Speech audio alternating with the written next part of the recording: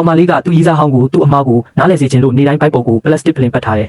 တကယ်တော့တနေ့မှာသူမကအလှဆုံးဝတ်စုံကိုဝတ်ပြီးဂျက်နဲ့မင်္ဂလာပွဲတက်ဖို့ပြင်ဆင်ခဲ့တယ်ဒါပေမဲ့ကိုအလေးချိန်တက်လာတာကြောင့်ကိုယုံကြည်မှုမရှိတော့ပဲအိမ်မှာပဲနေဖို့ဆုံးဖြတ်လိုက်တဲ့ဂျက်ကတော့တယောက်တည်းမင်္ဂလာပွဲကိုသွားခဲ့တယ်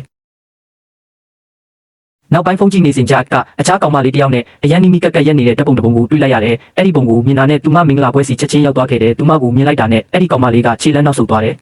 ဒါပေမဲ့တကယ်ထိုးတဲ့ချက်ကတော့လူတစ်ယောက်ကဟာတာလုပ်ပြီးကိုဝင်ရှိနေတာလားလို့မေးလိုက်တဲ့အချိန်ဖြစ်တယ်သူမစကားတော့မပြောရသေးခင်ဂျက်ကလူများရှိမှပဲလမ်းခွဲချောင်းပြောလိုက်တယ်သူမအရန်ဝလာပြီးဆွဲဆောင်မှုမရှိတော့ဘူးလို့လည်းပြောခဲ့တယ်အဲ့ဒီစကားတွေကြားလိုက်ရတဲ့အချိန်မှာသူမရဲ့နှလုံးသားကအစိတ်စိတ်အမောင်မောင်ကွဲကြေသွားခဲ့တယ်နောက်3ရက်လုံးဝမ်းနည်းမှုထဲမှာနှိမ့်မြုပ်နေခဲ့တယ်ဒါပေမဲ့သူမရဲ့အချစ်ဆုံးတငယ်ချင်းကတော့ဘေးမှာမခွာပဲအားပေးနေခဲ့တယ်အဲ့ဒီအချိန်မှာပဲသူမဘဝကိုပြောင်းလဲဖို့ဆုံးဖြတ်လိုက်တယ်ကိုလေးချိန်ရှုံးမယ်လို့ဆုံးဖြတ်ခဲ့ပေမဲ့အစပိုင်းကမလွယ်ကူခဲ့ဘူးလင်းထဲမှာမိနစ်အနည်းငယ်တောင်မခံနိုင်ခဲ့ဘူးအဲ့ဒါအပြင်သူမကမိုးပုတ်ဆရာမတယောက်ဖြစ်တာကြောင့်အချုံမုံတွေနဲ့နေတိုင်းကြည့်တွေ့နေရတယ်အချိန်ပေါင်းများစွာစိတ်မထိန်နိုင်ပဲစားမိပြီးနောက်တရခဲ့တယ်အဲ့ဒီနောက်ကိုလေးချိန်ရှော့ချရေးအဖွဲ့တစ်ခုကိုဝင်ရောက်ခဲ့တယ်အဲ့ဒီမှာခွဲရဆိုတဲ့လူတစ်ယောက်နဲ့တွေ့ဆုံခဲ့တယ်သူတို့နှစ်ယောက်လုံးအတူတူစူးစမ်းခဲ့ကြတယ်တဖြည်းဖြည်းနဲ့မိနစ်အနည်းငယ်ပြေးနိုင်တဲ့အဆင့်ကနေမာရတုံတန်ပွဲတော်ဝင်နိုင်တဲ့အထိဖြစ်လာခဲ့တယ်ကယ်လိုရီတွက်ပြီးစနစ်တကျစားတော့လာတဲ့လက်လျှော့ခြင်းတဲ့အချိန်တိုင်းကိုရကအားပေးခဲ့တယ်3လအကြာမှာတော့သူမရဲ့ကိုလေးချိန်တိတိတတ်တာကျသွားခဲ့ပြီးအရင်ကနဲ့လုံးဝမတူတော့တဲ့အသွင်ပြင်တစ်ခုကိုပိုင်ဆိုင်လာခဲ့တယ်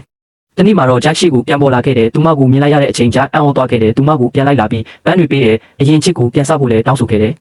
နောက်ဆုံးမှာတော့သူမကအခွင့်အရေးတစ်ခါပြန်ပေးဖို့သဘောတူလိုက်တယ်ဒါပေမဲ့တနေ့မှာဂျက်ကငါမင်းကိုမထားခဲ့ဘူးဆိုရင်မင်းဒီလောက်လာမှာမဟုတ်ဘူးလို့ပြောလိုက်တယ်အဲ့ဒီစကားကိုကြားလိုက်ရတဲ့အချိန်မှာပဲသူမအမှန်တရားကိုသဘောပေါက်သွားခဲ့တယ်ဂျက်ချစ်တာကသူမကိုမဟုတ်ဘူးသူမရဲ့ရုပ်ရည်ကိုပဲဖြစ်တယ်မနေ့ပြန်သူမဝပြန်လာရင်လည်းသူထပ်ပြီးထွက်သွားအောင်ပါပဲအဲ့ဒီအချိန်မှာပဲသူမနားလည်သွားခဲ့တယ်ကိုတံမိုးကိုတခြားလူရဲ့အမြင်နဲ့သတ်မှတ်စရာမလိုဘူးဆိုတာကို